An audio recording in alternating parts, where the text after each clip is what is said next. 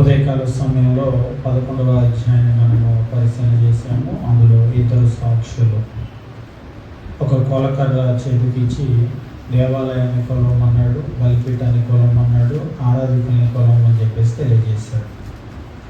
ఆ తర్వాత ఇద్దరు సాక్షులకు దేవుడు అధికారం ఇవ్వటము, వారు వచ్చి గోనె పట్ట ధరించి వాళ్ళు ప్రకటించడం జరిగింది. 42 నెలలు అని చెప్పేసి అన్నాడు. అయితే బయట ఆవరణాన్ని లెక్కించొద్దు, అది అన్ని జనులకు ఇస్తున్నాను, 1260 దినాలు వారు దాన్ని త్రొక్కుతారని చెప్పేసి అన్నాడు. అంటే అది శ్రమల కాలం. ఆ కాలంలో కూడా పరిస్థితులు ప్రకటించినట్లుగా మనం చూస్తూ ఉంటాం. తాత్కాలికమైనటువంటి విజయం అనేటువంటి లోకం పొందింది. వారిద్దరు కూడా చనిపోయారు. అయితే 3.5 దినాలు ఒక కొద్ది కాలం అన్నమాట, వారిని పాతి పెట్టకుండా ఉండటము అవమానానికి గుర్తు. ఆ తర్వాత దేవుని దగ్గర నుంచి ఆత్మ రావటము, మరలా వాళ్ళు బ్రతకటము, మరలా సంఘము పుంజుకోవటాన్ని మనం చూస్తూ ఉంటాం. ఆ తర్వాత దేవుని కార్యాలు, ఆ కార్యాల తర్వాత వాళ్ళు దేవుని వైపు తిరగటము, ఇదంతా కూడా మనకు కనబడుతూ ఉంటుంది 11వ అధ్యాయంలో. ఇందులో ఎవరికైనా ఏమైనా ప్రశ్న ఉంటే తెలియజేయండి, లేదంటే మనము తర్వాత 666 దగ్గరికి వెళ్ళిపోదాం. ప్రశ్నలు ఎవరికి ఏమైనా?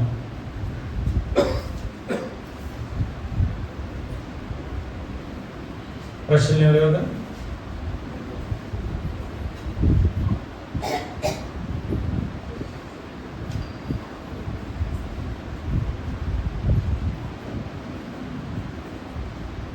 పదమూడవ అధ్యాయం, ప్రకటన గ్రంథము 13వ అధ్యాయం. 13వ అధ్యాయము మనం గమనించేటప్పుడు ఇందాక నేను తెలియజేసినట్లుగా 13వ అధ్యాయం 1వ వచనం చూసినట్లయితే, వాస్తవంగా మేమైతే ఏం చేస్తూ ఉంటామంటే, ప్రకటన గ్రంథం ఎవరికైనా సరే తెలియజేయాలి, నేర్పించాలి అంటే ప్రకటన గ్రంథానికి ముందుగా దానియేలు గ్రంథాన్ని గురించి నేర్పిస్తూ ఉంటాం. ప్రకటన గ్రంథం ఈ 13వ అధ్యాయము మరియు దానియేలు గ్రంథం 7వ అధ్యాయం. అధ్యాయాలు గమనించినప్పుడు అక్కడ ఆల్రెడీ రోమా సామ్రాజ్యాన్ని గురించి తెలియజేయడం జరిగిందనమాట. రోమా సామ్రాజ్యాన్ని గురించి తెలియజేసినప్పుడు దాన్ని ఒక మృగంగా పోలుస్తూ ఉంటాడు. పోల్చినప్పుడు ఈ మృగం అనేటువంటిది మనం గమనించినట్లయితే అది సముద్రంలో నుంచి పైకి రావడాన్ని మనం గమనిస్తూ ఉంటాం. దానియేలు గ్రంథము 7వ అధ్యాయము మనం గమనించినప్పుడు ఒక వచనాన్ని చదువుకొని మనం ముందుకు వెళ్ళిపోతాం. దానియేలు గ్రంథము 7వ అధ్యాయము మనం గమనించేటప్పుడు 4వ వచనము, మొదటిది సింహం పోలింది, దానికి పక్షిరాజు రెక్కల వంటి రెక్కలు ఉన్నాయి, నేను చూచుండగా దాని రెక్కలు తీయబడ్డాయి అని అంటున్నాడు. ఇది బబులోను సామ్రాజ్యాన్ని గురించి తెలియజేస్తూ ఉన్నాడు. 5వ వచనం, రెండవ జంతువు ఎలుగుబంటిని పోలింది, అది ఒక పార్శ్వం మీద పండుకొని తన నోట పండ్ల మధ్య 3 ప్రకటెముకలను పట్టుకుంది. ఒక పార్శ్వం మీద పడుకుంది. మాదీయులు, పారసీకులు. అయితే అందులో ఈ మాదీయులు, పారసీకులు ఉన్నారు కదా, దానిలో ఒకరు బలంగా ఉంటారు. ఆ ఒక పార్శ్వం మీద పడుకోవడం దానికి గుర్తు అనమాట. తర్వాత 6, అటు పిమ్మట చిరుతపులిని పోలిన మరొక జంతువును చూచితిని. చిరుతపులి అనేటువంటిది చాలా వేగంగా పరిగెత్తేటువంటి జీవి. దానికి అంటున్నాడు, దాని వీపున పక్షిరాజు రెక్కల వంటి రెక్కలు 4 ఉన్నాయి. చిరుతపులి అంటేనే స్పీడు. మామూలుగా అయితే దేనికైనా 2 రెక్కలు ఉంటాయి, కానీ దీనికి 4 రెక్కలు ఉన్నాయి. దాని అర్థం ఏంటంటే చాలా స్పీడ్ అని అర్థం. ఇది అలెగ్జాండర్ గురించి, గ్రీకు సామ్రాజ్యాన్ని గురించి మాట్లాడుతున్నాడు. అలెగ్జాండర్ ప్రపంచాన్ని గెలిచినప్పుడు కూడా చాలా వేగంగా గెలుచుకొని వచ్చాడు అనమాట. దాన్ని చిరుతపులితో పోలిస్తూ ఉన్నాడు. తర్వాత 7వ వచనము, పిమ్మట రాత్రి యందు నాకు దర్శనములు కలిగినప్పుడు నేను చూచుండగా ఘోరము భయంకరమైనటువంటి 4వ జీవి ఒకటి కనబడును అని చెప్పేసి అంటూ ఉన్నాడు. అది తనకు ముందుండిన ఇతర జంతువులకు భిన్నమైనది, అది మహాబలము మహత్యము గలది, దానికి పెద్ద ఇనపదంతాలు 10 కొమ్ములు ఉన్నాయి, అది సమస్తమును భక్షించు ఉత్తనీలుగా చేయుచు మిగిలిన దాన్ని కాళ్ళ క్రింద అణుగదొక్కుచూ ఉంది అని చెప్పేసి అంటూ ఉన్నాడు. ఆ 4వ జీవిని గురించి మాట్లాడుతూ ఇక్కడ ఆ విషయాన్ని తెలియజేస్తూ ఉన్నాడు.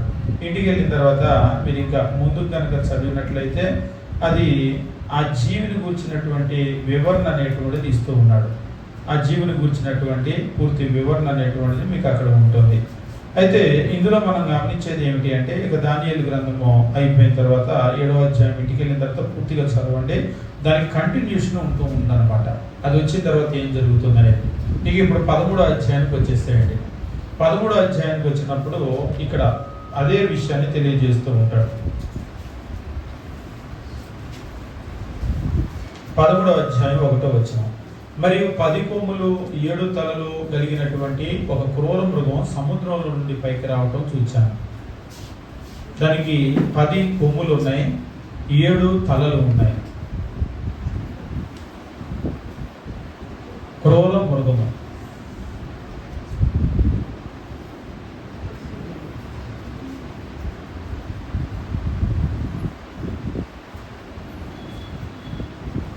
ఇక్కడ కనుక చూసినట్లయితే దీని గురించి తెలియజేస్తున్నాడు.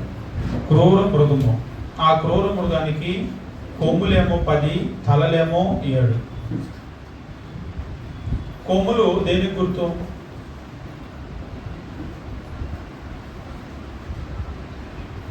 కొమ్ములు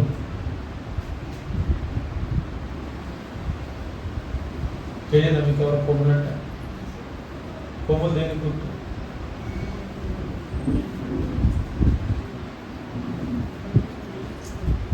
కొమ్ములు పొడుస్తాయి కదా, అంతేనా? ఇంకేమన్నా చేస్తాయా? దేనికి గుర్తు కొమ్ములు? అప్పుడు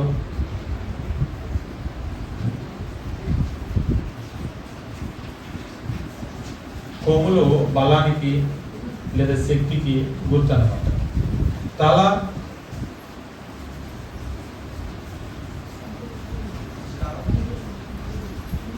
తల అనేటువంటి దేనికి గుర్తు? శిరస్సు, అథారిటీ, అధికారం. ఇంకా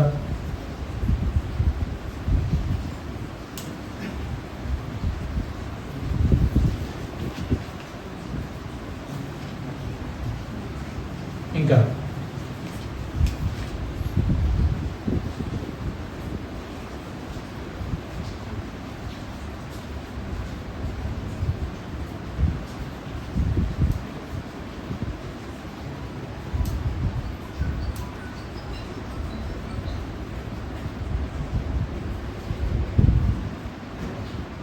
ఇంకా తల దేనికి గుర్తు? శిరస్సు,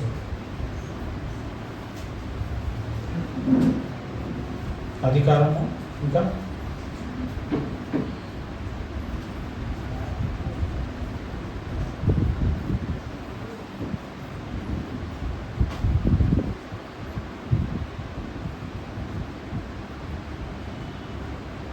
ఇంకా మీ శరీరాన్ని అంతా కూడా నడిపించేది ఏంటి? శిరస్సు. చంపాలనుకోండి, తల తీసేస్తే చనిపోతారు, కాలు తీస్తేనో చేయి తీస్తేనో చావడం, అంతేగా? శిరస్సును దెబ్బ కొట్టడం. ఈ పాయింట్ మీరు బాగా గుర్తుపెట్టుకోవాలి. ఇప్పుడు ఈ క్రూర మృగానికి 1 కాదు 2 కాదు, ఇక్కడ కనుక చూసినట్లయితే 7 తలలు ఉన్నాయి. ఈ 7 తలలు కూడా ఎవరెవరు అనేటువంటి చరిత్రలో, ఈ క్రూర మృగం కనుక రోమ సామ్రాజ్యం అయితే ఈ మృగము అనేటువంటిది రోమ సామ్రాజ్యం. ఇది రోమ సామ్రాజ్యం అయితే ఈ తలలు ఎవరు ఒక్కొక్క వ్యక్తిని తెలియజేస్తూ ఉంటారు. ఆ అధికారం అనేటువంటిది ఏంటి అనేటువంటిది తెలియజేస్తూ ఉంటారు. ఇది దానియేలు గ్రంథం 7వ అధ్యాయంతో కనుక పోల్చి చదివితే మీకు అర్థమవుతూ ఉంటుంది. 2వ వచనం. నేను చూచిన ఆ మృగము చిరతపులిని పోలింది, దాని పాదాలు ఎలుగుబంటి పాదాలు, దాని నోరు సింహపు నోరు. దానికి ఆ ఘట సర్పం అంటే అపవాది అన్నమాట, తన బలము, తన సింహాసనము, గొప్ప అధికారం ఇచ్చేసింది. అంటే అపవాది తన దగ్గర ఉన్నటువంటి బలాన్ని, తన సింహాసనాన్ని, తన అధికారాన్ని మొత్తం కూడా దీనికి ఇచ్చేసింది అనమాట. తన బలాన్ని ఇచ్చింది, తన అధికారాన్ని ఇచ్చింది, తన సింహాసనం ఇచ్చేసింది. ఘట సర్పం అంటే ఇప్పుడు పైకి రోమా ప్రభుత్వం కనబడుతుంది, కానీ ఇప్పుడు ఈ రోమా ప్రభుత్వం ఎవరి ఏజెంట్ అంటే అపవాది యొక్క ఏజెంట్. అపవాదికి ఉన్నటువంటి బలము దానికి ఇచ్చాడు. అపవాదికి ఉన్నటువంటి అధికారము, సింహాసనము రోమ సామ్రాజ్యానికి ఇచ్చాడు. ఇప్పుడు రోమ సామ్రాజ్యం ఏం చేస్తున్నాడంటే, ఈ అపవాది ఏం చేస్తున్నాడంటే రోమ సామ్రాజ్యం ద్వారా తను చేయాలనుకున్నటువంటి చేస్తున్నాడు. అపవాది యొక్క ఆలోచన అంతా కూడా దేవుని బిడ్డను నాశనం చేయటం, దేవుని పనిని, సంఘాన్ని నాశనం చేయటం. ఇప్పుడు ఆ పని ఎవరి ద్వారా చేస్తున్నాడంటే ఆయన రోమ ప్రభుత్వం ద్వారా చేస్తూ ఉన్నాడు. ఆ రోమ అధికారులు ఎవరైతే ఉన్నారో వాళ్ళ ద్వారా చేస్తూ ఉన్నాడు. 3వ వచనము, దాని తలల్లో ఒకదానికి చావు దెబ్బ తగిలినట్టుండెను. దాని తలలు, ఆ తలల్లో ఒక తలకి చావు దెబ్బ తగిలింది. అయితే ఆ చావు దెబ్బ మానిపోయిన కనుక భూజనులందరూ మృగం వెంట వెలుచు ఆశ్చర్యపడుచుండేది. వాస్తవంగా ఆ చావు దెబ్బ ఏమిటి అంటే, నీరో చచ్చిపోయాడు కదా, నీరో చచ్చిపోయినప్పుడు వాస్తవంగా అది రోమా ప్రభుత్వానికి చావు దెబ్బ, అంటే చచ్చే అంత దెబ్బ అనమాట. ఒకవేళ మీరు జాగ్రత్తగా కనుక పరిశ్రమ చేసినట్లయితే నీరో పతనం తర్వాత సామ్రాజ్యం అనేటువంటిది అన్స్టేబుల్గా ఉండేది. తర్వాత వరుసగా వెంటనే ముగ్గురు అక్కడ కైసర్లు మారుతూ ఉంటారు. సింహాసనం అనేటువంటి స్టేబుల్గా లేదు. ఒకనొక సందర్భంలో అప్పుడు అసలు రోమా సామ్రాజ్యం ఒక అనిశ్చితికి గురైంది. మరలా తర్వాత వెస్పేషియన్ వచ్చిన తర్వాత నిలదొక్కుంది అనమాట అది. కాబట్టి వాస్తవంగా అది రోమా సామ్రాజ్యానికి చావు దెబ్బ. ఆ చావు దెబ్బ మానిపోయింది అంటే మరలా వెస్పేషియన్ ఆ తర్వాత వాళ్ళు వచ్చిన తర్వాత అది నిలబడింది అనమాట. కనుక భూజనులందరూ మృగం వెంట వెలుచు ఆశ్చర్యపడుచుండేది. ఆ మృగానికి అధికారం ఇచ్చినందున వారు ఘట సర్పానికి నమస్కారం చేసిరి. మరియు వారు ఈ మృగంతో సాటి ఎవడు, దానితో యుద్ధం చేయగలవాడెవడు అని చెప్పుతూ ఆ మృగానికి నమస్కారం చేశారు. ఆ మృగంతో సాటి ఎవడు, అసలు ప్రపంచంలో ఎవడన్నా ఉన్నాడా, దానికి సాటి కలిగినటువంటి వాడు, ఎదురొచ్చేవాడు ఎవడు లేడు.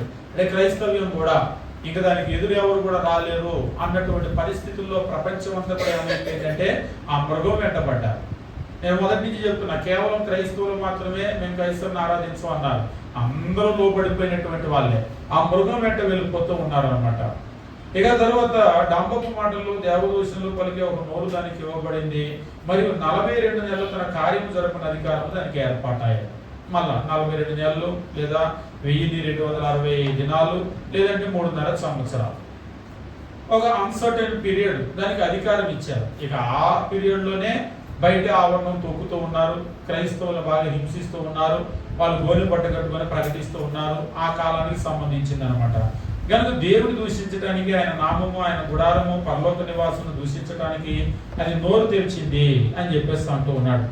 ఇక తర్వాత మీరు కనుక గమనించినట్లయితే ఈలోపు ఇంకొక మృగం అనేటువంటిది వస్తుంది 11వ వచనంలో. మరియు భూమిలో నుండి మరి యొక్క క్రూర మృగం పైకి రావడం చూచాను అని అంటున్నాడు. గొర్రెపిల్ల కొమ్ముల వంటి 2 కొమ్ములు దానికి ఉన్నాయి. గొర్రెపిల్లకి కూడా కొమ్ములు ఉంటాయి, చిన్నగా నిప్స్ అని అంటూ ఉంటారు కదా, కనబడినట్టుగా ఉంటాయి. అది పొడిచే కొమ్ములు కాదు. పేరుకైతే గొర్రె పిల్ల, గొర్రె అది కూడా పిల్ల, అవి పొడిచేటువంటి కొమ్ములు కాదు. అంటే దీనికి కూడా అలాంటి కొమ్ములు కనబడుతున్నాయి, కానీ హాని కలిగించేటువంటి కొమ్ములు కాదవి. అయితే ఇక్కడ అంటూ ఉన్నాడు, గొర్రె పిల్ల కొమ్ములు వంటి 2 కొమ్ములు దానికి ఉండేను, అది ఘట సర్పం వలె మాట్లాడుతూ ఉంది. భూమి మీదలో నుంచి వచ్చినటువంటి క్రూర మృగం.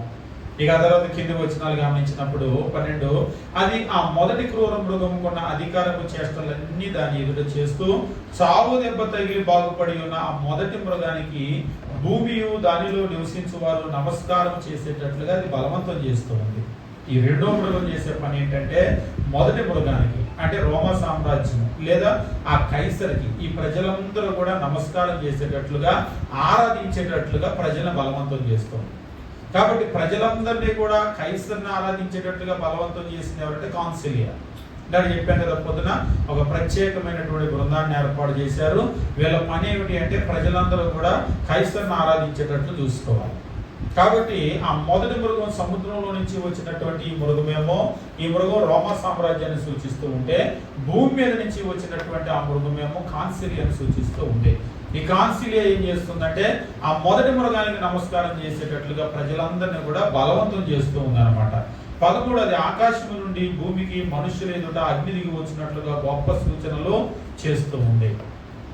అది చేసేటువంటి పనులు ఆకాశం నుంచి భూమి మీదకి మనుషులు ఎదురు అగ్ని దిగి వచ్చేటట్లుగా, ఇదంతా కూడా మాయని అంటూ ఉంటారు కదా, ఇటువంటి అబద్ధపు శక్తిని కనబరుస్తూ ఉందన్నమాట. ప్రజలు కూడా అబద్ధపు శక్తిని నమ్ముతూ ఉన్నారు. కత్తి దెబ్బ తిని బ్రతికిన ఈ క్రూర మృగానికి ప్రతిమను చేయాలని అది భూనివాసులతో చెప్తూ ఉంది. కత్తి దెబ్బ తిని కూడా, చావు దెబ్బ తిని బతికింది కదా, దానికి ప్రతిమను చేయాలి అని చెప్తూ ఉంది. ఆ మృగం ఎదుట చేయడానికి తనకి ఇవ్వబడిన సూచనల వల్ల భూనివాసుని మోసం చేస్తూ ఉంటారు. అది నిజమైన అధికారం కాదు, అది మోసం చేస్తూ ఉంది. ప్రజలు కూడా దాన్ని నమ్ముతున్నారు. ఈరోజు చూడండి, రాయని పెట్టి అది నిజమైన దేవుడు అని నమ్ముతారు, దానికి ఏదో శక్తి ఉందని నమ్ముతారు, దాన్ని అడగ పెడితే మనకేదో మేలు చేస్తుందని నమ్ముతారు, తావిత్తు కడితే ఏదో కలుగుతుందని నమ్ముతారు, మిరపకాయలకి ఏదో జరిగిద్దని నమ్ముతారు, గుమ్మడికాయలకి ఏదో జరిగిద్దని నమ్ముతారు. కాబట్టి ఇదంతా అబద్ధపు, అంటే మోసం అన్నమాట. ఇదంతా కూడా అది ఏం చేస్తుందంటే భూ ప్రజలందరినీ కూడా మోసం చేసి ఏదో మా దగ్గర శక్తి ఉంది అన్నట్లుగా చూపిస్తూ ఈ ప్రజలందరినీ కూడా ఆ మృగానికి నమస్కారం చేసేటట్లుగా అది చేస్తూ ఉంది. వాస్తవంగా ఇది చేసేదంతా కూడా 14వ వచనంలో అది భూనివాసులను మోసపుచ్చుచున్నది. మరియు ఆ మృగం యొక్క ప్రతిమ మాట్లాడునట్లు, ఆ మృగం యొక్క ప్రతిమకు నమస్కారం చేయని వారిని హతము చేయనట్లు, ఆ మృగం యొక్క ప్రతిమకు ప్రాణం ఇచ్చటకై దానికి అధికారం ఇవ్వబడింది. దానికి అధికారం ఇవ్వబడింది. దాన్ని చెప్పాను, కాన్సిలియా. ఆ కాన్సిలియాకి అధికారం ఇచ్చారు. ఎవరైతే వాళ్ళు మృగం యొక్క ప్రతిమకు నమస్కారం చేయలేదో దేశ బహిష్కరణ గురి చేయటము, ఆస్తి జప్తు చేయటము, వాళ్ళకి మరణదండన విధించడము వగైరా కార్యక్రమాలని కూడా చేస్తున్నారు. కాగా కొద్దివారు కానీ, గొప్పవారు కానీ, ధనికులు కానీ, దరిద్రులు కానీ, స్వతంత్రులు కానీ, దాసులు కానీ అందరూ తమ కుడి చేతి మీదైనా తమ నొసటి ఏదైనా ముద్ర వేయించుకున్నట్లు, ఆ ముద్ర అనగా మృగం పేరైనా దాని పేరిట సంఖ్య అయినను గలవాడు తప్ప క్రయ విక్రయాలు చేయటం మరి ఎవ్వరికి అధికారం లేకున్నట్లు అది వారిని బలవంతం చేస్తూ నిన్నే మనం గమనించాం. నుదుటి మీద ముద్ర లేదా కుడి చేతి మీద ముద్ర. మీకు ఆ కాలంలో బానిసలకు ముద్రలు వేసేవాళ్ళు, అంటే లోబడ్డారు అనేటువంటి దానికి ముద్ర వేసేవాళ్ళు అనమాట. ఇదేమి లిటరల్ గా వేసేటువంటి ముద్ర కాదు. కొంతమంది ఇక్కడ 666 అని ముద్ర వేస్తారని అంటున్నారు. ప్రకటన గ్రంథంలో అంతా కూడా సూచన, అక్షరార్థం కాదు, దానికి అర్థం వేరే ఉంటుంది. మృగము అంటే డైరెక్ట్ మృగం కాదు, 10 కొమ్ములు అంటే 10 కొమ్ములు కాదు, 7 తలలు అంటే 7 తలలు ఉన్న మృగమేం భూమి మీదకి రాదు. కాకపోతే ఏంటంటే అది ఆ ప్రభుత్వాన్ని సూచిస్తూ ఉంది. కాబట్టి అది వాళ్ళకి రోమిలకు అర్థం కాకుండా ఉండటానికి అలాగే వ్రాయటం జరిగింది. కాబట్టి ప్రకటన గ్రంథం అంతా కూడా సూచన అనేటువంటి దాన్ని ఎప్పుడు మర్చిపోకూడదు. 666 అంటే అక్షరార్థంగా 666, నుదుటి ముద్ర అంటే ఇక్కడ 666 వేస్తారు అట్లెప్పుడు కూడా అనుకోవద్దు. అదంతా కూడా సూచన అన్నమాట.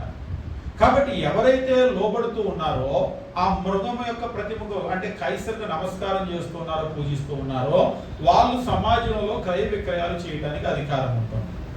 ఎవరైతే మేము కైసర్ని ఆరాధించమన్నారో వాళ్ళకి ఆ ముద్ర లేదు, అంటే అనుమతి లేదు. ఇక వాళ్ళని ఒక రకంగా అనుమతి లేదంటే సమాజం నుంచి వెలేస్తున్నారు, బహిష్కరిస్తున్నారు, దేశ బహిష్కరణ గురి చేస్తున్నారు. ఇప్పుడు ఉదాహరణకు ఊర్లో నుంచి వెళ్ళేసారనుకోండి, ఇవాళంటే ప్రభుత్వాలు కాబట్టి కుదరదు.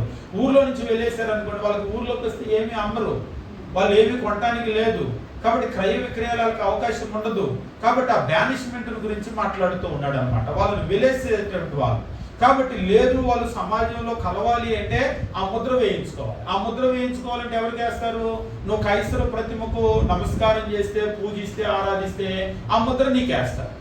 కాబట్టి ఆ ముద్ర కనుక లేనట్లయితే క్రయ విక్రయాలకి అనుమతి అనేటువంటిది ఉండదు. దీన్ని తీసుకొని కొంతమంది రాబోయే రోజుల్లో 666 ఇక్కడ ముద్రేస్తారు, ఈ చేతి మీద ముద్రేస్తారు, ఇది ఉంటేనే కొనటానికి, లేకపోతే మన ప్రభుత్వాలు, ఇదంతా ఇప్పుడు జరిగేటువంటి దాని గురించి కాదు.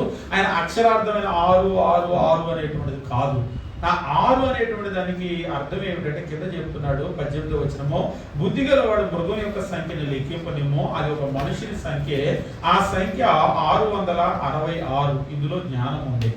ఆ సంఖ్య 666. The number is 666. మనకు 666 అన్నాడు కానీ 666 అని చెప్పాడు. మనకేం కలిపి రాసేసాడు. ఏ 666 666 అవదా అంటే 666 అయింది. కానీ బైబిల్లో చెప్పింది ఏంటంటే ఆ సంఖ్య అనేటువంటిది 666. కలిపి చదివితే కాదు, 666. ఉదాహరణకి మీరు దేవుడు కొంతమంది దీన్ని ఏం చేస్తారంటే దీన్ని నీరో చక్రవర్తి పేరుగా వాళ్ళు దాన్ని చెప్తూ ఉంటారు.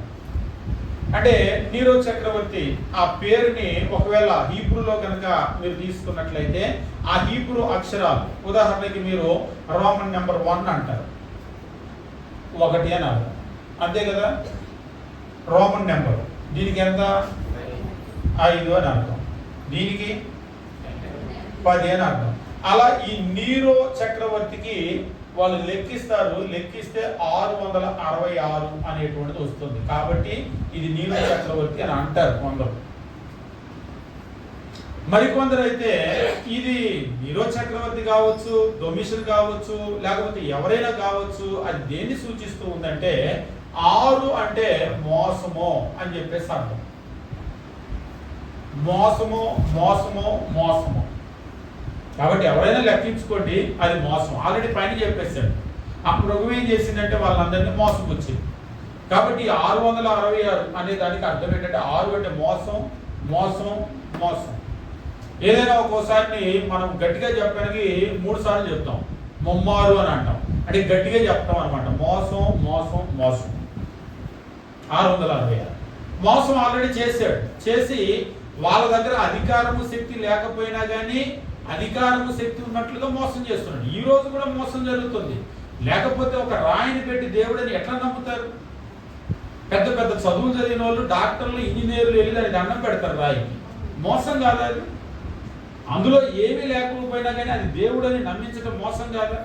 దాని కాళ్ళు చేతులు ఉన్నాయి, అవి చూసే కళ్ళు కాదు, అవి ఏదైనా సహాయం చేయగలిగిన చేతులు కాదు, నడవగలిగిన కాళ్ళు కాదు, వీళ్ళే చీర దొడతారు, వీళ్ళే అక్కడ కూర్చోబెడతారు, అది మనకి ఏదో చేస్తుందని నమ్మిస్తారు. ఇదంతా మోసం కాదా?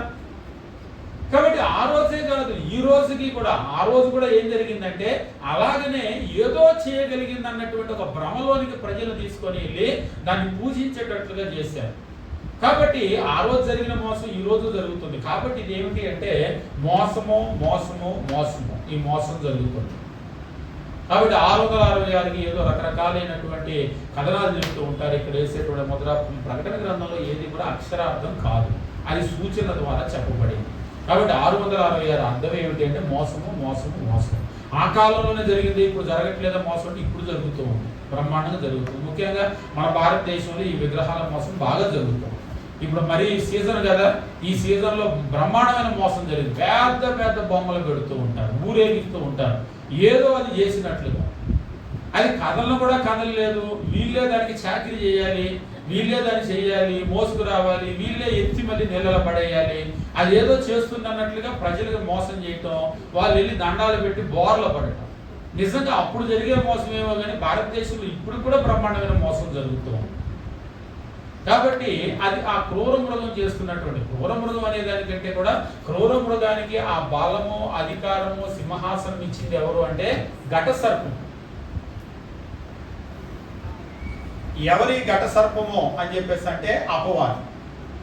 కాబట్టి అపవాది అప్పుడు రోమా ప్రభుత్వం ద్వారా పనిచేశాడు, ఇప్పుడు కూడా పనిచేస్తూనే ఉన్నాడు. మన చుట్టూ ఉన్నటువంటి సమాజాన్ని కనుక చూస్తే ఇప్పుడు కూడా పనిచేస్తూనే ఉన్నాడు. నిజమైన దేవుణ్ణి చూడనివ్వకుండా, నిజమైనటువంటి దేవుని మాటలు విననివ్వకుండా పనిచేస్తూనే ఉన్నాడు. ఆ మోసం ఇప్పుడు కూడా జరుగుతున్నాయి. కాబట్టి ఎవరైతే దేవుని బిడ్డలు వాక్యాన్ని ప్రకటిస్తూ ఉంటారో వాళ్ళతో పోరాడుతూనే ఉంటాడనమాట అపవాది. కాబట్టి 666 అనేటువంటిది ఏమిటి అంటే మోసము మోసము మోసం.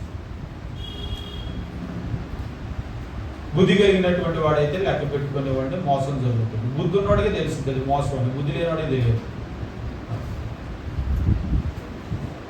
బుద్ధి ఉన్న వాళ్ళు అయితే అడుగుతారు, అది రాయి కదా, అది మనకెలా మేలు చేస్తుంది అని అడుగుతారు. దానికి ఆ కళ్ళు మనం చూడలేవు కదా, ఆ చేతులు కదలవు కదా అని బుద్ధి ఉన్నవాడు అడుగుతాడు, బుద్ధి లేనివాడు అడుగుతాడు.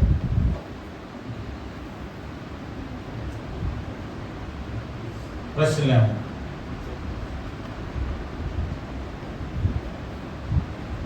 కాబట్టి మీరు దానియేలు గ్రంథం 7వ అధ్యాయం చదవండి. దానియేలు గ్రంథం కనుక చదివినట్లయితే ఆ సముద్రం నుంచి పైకి వచ్చిన మృగం ఏమిటి, తర్వాత దాని రూపం ఏమిటి, దాని అధికారం ఏమిటి, దాని కళలు ఏమిటి, దాని కోపులు ఏమిటి, అదంతా ఇప్పుడు అసలు భూమి మీద క్రీస్తు ప్రభు రావడానికి 500-600 సంవత్సరాల ముందే దానియేలు ప్రవక్త ద్వారా దేవుడు ఇవన్నీ ప్రవచన రూపంలో చెప్పించాడు. అదే జరిగింది, కొత్త విషయాలు ఏమి కాదు. ప్రశ్నలు ఏమైనా?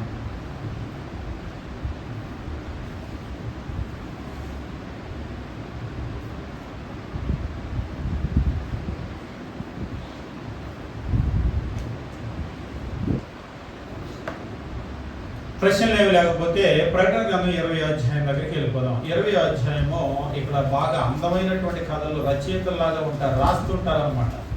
కొంతమంది పెన్నులు పేపర్లు తీసుకొని పేపర్లు రాసేసినట్లుగా అందమైనటువంటి కథలు రాస్తూ ఉంటారు. వాస్తవంగా ఆ కథలన్నీ కూడా బైబిల్ ఎక్కడో నేను మనం అడగకూడదు. సార్ నాకు ఒక అందమైన కథ చెప్పారు. అబ్రహాము చిన్నప్పుడు వాళ్ళ నాన్న ఏదో బొమ్మలు చేసి అమ్మేవాడు, దేవుడి బొమ్మలు, దేవతల బొమ్మలు. అబ్రహామును ఒకసారి బజార్ వెళ్తా నువ్వు అలాగ ఉండి చూసుకో అని చెప్పేసి అంటే మొత్తం బొమ్మలన్నీ ఆయనకి నచ్చక పగలు కొట్టేసి, ఆ తర్వాత వాళ్ళ నాన్న వచ్చిన తర్వాత ఏంటి ఇలా అని చెప్పేసి అడిగితే ఎలా అయిపోయినాయి అంటే దేవుళ్ళు కోపం వచ్చి కొట్టేసుకున్నారు ఒకరితో ఒకరు, మొత్తం అలా అయిపోయినాయి అన్నాడు. నేను అప్పుడు విన్నప్పుడు నిజమే కదా, ఇలాంటిది అంటే జరుగుతుంది, అబ్రహాం భక్తుడు కదా అలా చేసుకుంటాడని. బైబిల్లో ఎక్కడ ఉంటుందంటే ఎక్కడ ఉండదు, అది చదువుతుంటే ఎక్కడ కనబడటలేదు.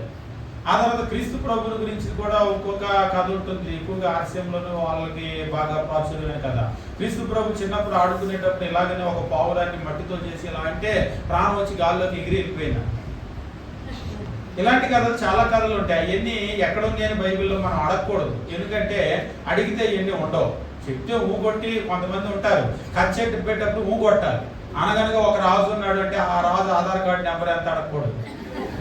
అలా అడిగారు అనుకోండి, కథ చెప్పడం కుదరదు. అనగనగా ఒక రాజు ఉన్నాడు అంటే అనాలి, ఆయన ఆధార్ కార్డు నెంబర్ ఏంటని అడగకూడదు. కాబట్టి అలాగే ఇలాంటి కథలన్నీ చెప్తారు, మనం ఊగొట్టాలంతే.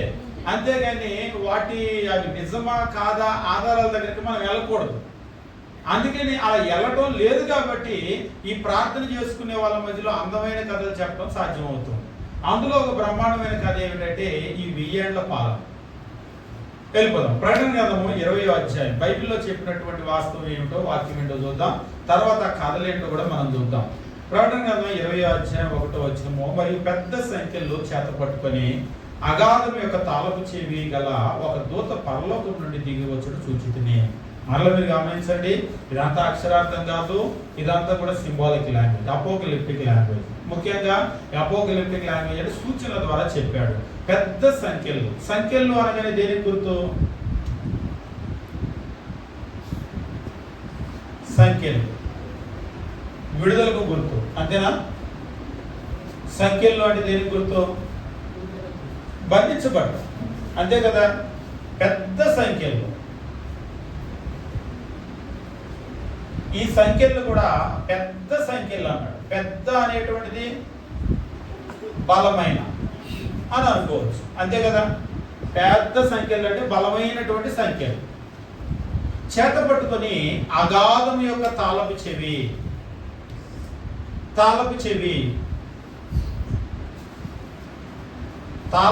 అనేది దేనికి గుర్తు? ఇప్పుడు దీని అందరికీ కూడా గదికి తాళం వేసేసారు. ఇవాళ క్లాస్ ఉందని చెప్పేసి అందరూ వచ్చారు. తాళం నా దగ్గర ఉంది, ఎక్కడికి వెళ్తున్నారు మీరు? పైకి అన్నారు. అంటే దాని అర్థం ఏంటి? తాళం నీ దగ్గర ఉంటే నీ జేబులో పెట్టుకొని నేను లోపల కూర్చుంటా అంటారా? అనరు. తాళం నా దగ్గర ఉంది అంటే దాని అర్థం ఏంటి? దాన్ని ఓపెన్ చేయడానికి నా దగ్గరే తాళం ఉంది, అధికారం ఉంది. అంటే ఈ తాళాలు అయితే మీరు ఎవరు లోపలికి వెళ్ళలేరు. దాన్ని ఓపెన్ చేయాలంటే అధికారం ఎవరి దగ్గర ఉంటుంది? తాళం ఉన్న వాళ్ళ దగ్గర ఉంటుంది. ఇక్కడ చెప్తూ ఉన్నాడు, పెద్ద సంఖ్యలు చేత పట్టుకొని అగాధం యొక్క తాళపు చెవి గల ఒక దేవదూత పరలోకం నుంచి దిగి వచ్చాడు. ఈ దేవదూత దగ్గర తాళం ఉంది. ఈ తాళం అనేటువంటిది ఏమిటంటే అధికారం. అంటే ముయ్యటానికి తెరవటానికి అధికారం ఆయన దగ్గర ఉంది. దేన్ని ముయ్యటానికి తెరవటానికి? మన గది తలుపులు కాదు, అగాధం యొక్క తాళపు చెవి. కాబట్టి ఆ అగాధం యొక్క తాళపు చెవి కలిగినటువంటి ఒక దేవదూత పరలోకం నుంచి దిగి వచ్చాడు. వచ్చి ఈయన ఎవరిని బంధించాడంటే 2వ వచనము, అతడు ఆది సర్పము అనగా అపవాది సాతాను అను ఆ ఘట సర్పాన్ని పట్టుకొని 1000 సంవత్సరాలు వాడిని బంధించి అగాధంలో పాడేశాడు. అగాధం తాళపు చెవి దగ్గర ఉంది కదా, ఆ అపవాదిని ఘట సర్పాన్ని బంధించి 1000 సంవత్సరాలు ఆయన ఆ అగాధంలో పడేసి 3వ వచనం, ఆ 1000 సంవత్సరాలు గడిచే వరకు ఇక జనాలను మోసపరచకున్నట్లు అగాధాన్ని మూసి దానికి ముద్ర వేశాడు. ముద్ర అనేటువంటిది మీకు తెలుసు. ఉదాహరణకి మీకు క్రీస్తు ప్రభువును కూడా సమాధిలో పెట్టిన తర్వాత అక్కడ ఏం చేశారంటే రోమియోలు ఉంటారు కదా, వాళ్ళు ముద్ర వేస్తారు. ముద్ర వేస్తే ఎవరు తీయకూడదు. ఎందుకు తీయకూడదు? ఒకవేళ ముద్ర లేకపోతే ఎవడన్నా వచ్చి రాయి పొల్లించవచ్చు. రోమా ప్రభుత్వం యొక్క ముద్ర వేసాడు అనుకోండి, రోమా అధికారం అది. కాబట్టి వాళ్ళని కాదని తీసినట్లే, అధికారాన్ని మీరినట్లే. కాబట్టి ఇక్కడ కూడా ఏమంటున్నాడంటే ఆ 1000 సంవత్సరాలు వాడిని బంధించేసి ఇక జనాలను మోసపరచుకున్నట్లు అగాధంలో మూసి అగాధానికి ముద్ర వేసాడు. అంటే దాని అర్థం ఏంటంటే ఆ 1000 సంవత్సరాలు గడిచే వరకు వాడిని బయటికి తీయటం అనేటువంటిది సాధ్యం కాదు. అటు పిమ్మట వాడు కొంచెం కాలం విడిచిపెట్టబడాలి. అంతటి సింహాసనాలను చూశాను, వాటి మీద ఆశీనులై ఉండేటువంటి వాళ్ళని చూశాను, విమర్శ చేయడానికి అధికారం ఇవ్వబడింది. మరియు క్రూర మృగానికైనా దాని ప్రతిమకైనా నమస్కారం చేయక తమ నసల ఎందు కానీ చేతుల ఎందు కానీ ముద్ర వేయించుకున్న వారిని యేసు విషయమై తాము ఇచ్చిన సాక్ష్యం నిమిత్తము దేవుని వాక్యం నిమిత్తము శిరచ్ఛేదనం చేయబడిన వారి ఆత్మను చూశాను. వారు అప్పుడు బ్రతికారు, బ్రతికి 1000 సంవత్సరాల క్రీస్తుతో కూడా రాజ్యం చేశారు అని చెప్పేసి అంటూ ఉన్నారు. ఎవరు వీళ్ళందరూ? వాస్తవంగా ఇక్కడ మీరు గమనించాలి అంటే 1000 సంవత్సరాలు అని అన్నాడు కదా. అసలు 1000 అంటే ఏంటి? ఈ 1000 సంవత్సరాలు అపవాదిని బంధిస్తూ ఉన్నాడు. ఎప్పుడు ఇదంతా కూడా జరిగిపోయిందా, జరుగుతూ ఉందా, జరగబోతుందా అని చెప్పేసి అంటూ ఉంటారు. అపవాది ఇప్పుడు బంధించబడ్డాడా, విడుదల చేయబడ్డాడా? ప్రస్తుతం అపవాది యొక్క పరిస్థితి ఏంటి? ప్రస్తుతం అపవాది ఎట్లా ఉన్నాడు? బంధించబడ్డాడా, విడుదల చేయబడి ఉన్నాడా?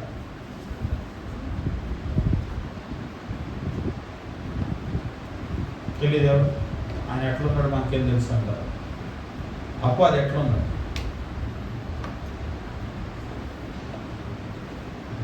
ఆయన బంధించబడి ఉంటే ఇదంతా ఎట్లా జరుగుతుందండి అంటారు కొంతమంది.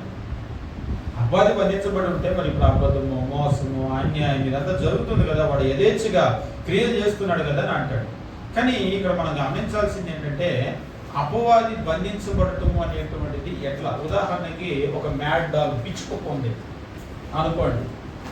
ఈ పిచ్చి కుక్కని ఏం చేస్తారంటే, ఇది ఒక కుక్క, ఈ కుక్కని గొలుసేసి కట్టేశారు.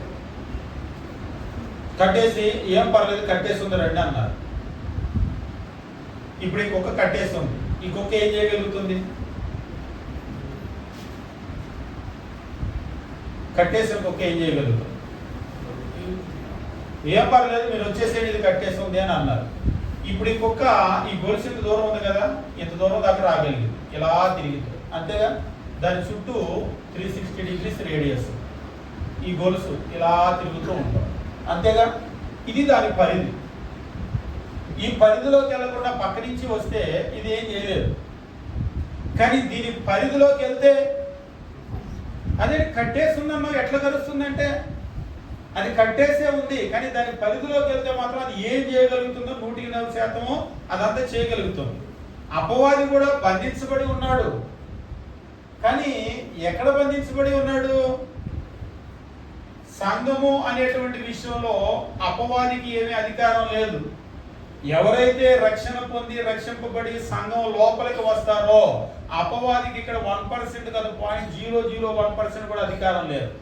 కానీ ఎప్పుడైతే ఈ సంఘాన్ని వదిలి మీరు బయట లోకంలోనికి వస్తారో అతను ఏం చేయగలుగుతాడో అంత చేయగలుగుతాడు. కొంతమంది ఏమనుకుంటారంటే అపవాది బంధించబడ్డాడంటే ఇంక ఎక్కడ లోకంలో కూడా ఏం చేయకూడదు కదా అని అనుకుంటారు. లోకం గురించి మాట్లాడలేదు.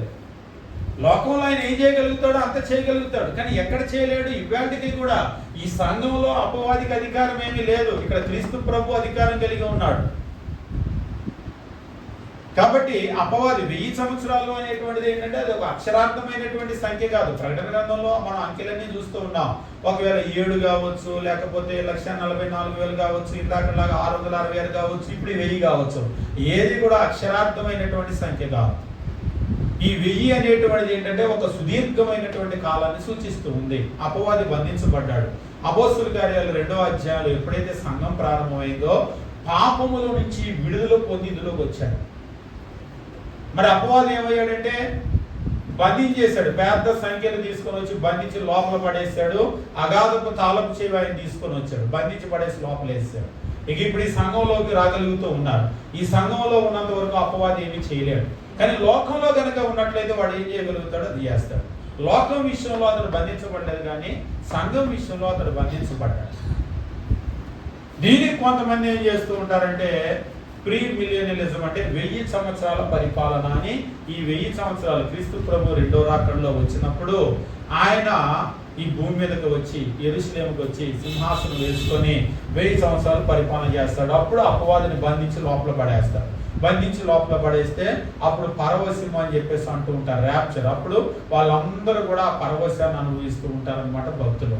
ఈ 1000 సంవత్సరాలు అయిపోయిన తర్వాత పైకి తీసుకొని వెళ్తాడు, అప్పుడు తీర్పు ఉంటుంది అని అంటారు. అయితే ఆ కథ అంతా ఎక్కడైనా అడగకూడదు, అది బైబిల్లో ఉండదు.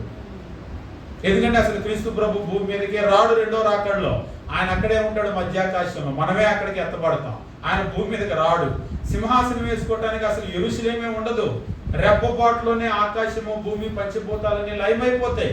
కాబట్టి క్రీస్తు ప్రభు వచ్చిన తర్వాత ఇంకా 1000 సంవత్సరాలు ఉండదు భూమి. ఆయన ఎప్పుడైతే వస్తాడో రెప్పపాటులో ఆకాశము భూమి పంచభూతాలన్నీ లయమైపోతాయి. అసలు క్రీస్తు ప్రభు భూమి మీదకే రాడు, మధ్యాకాశంలో ఉంటే మనమే అక్కడికి వెళ్తాం. క్రీస్తు ప్రభు ఎప్పుడైతే వస్తాడో అందరూ కూడా సమాధుల్లో ఉన్న వారందరూ లేపబడతారు. కళ్ళు మూసి తెరిసేలో మనం తీర్పులో ఉంటాం, ఇంకా ఇక్కడ ఉండం. కాబట్టి పరవశం అనేటువంటిది బైబిల్లో చెప్పినటువంటి వాక్యం కాదు, అది మనుషులు చెప్పేటువంటి స్టోరీలు అది.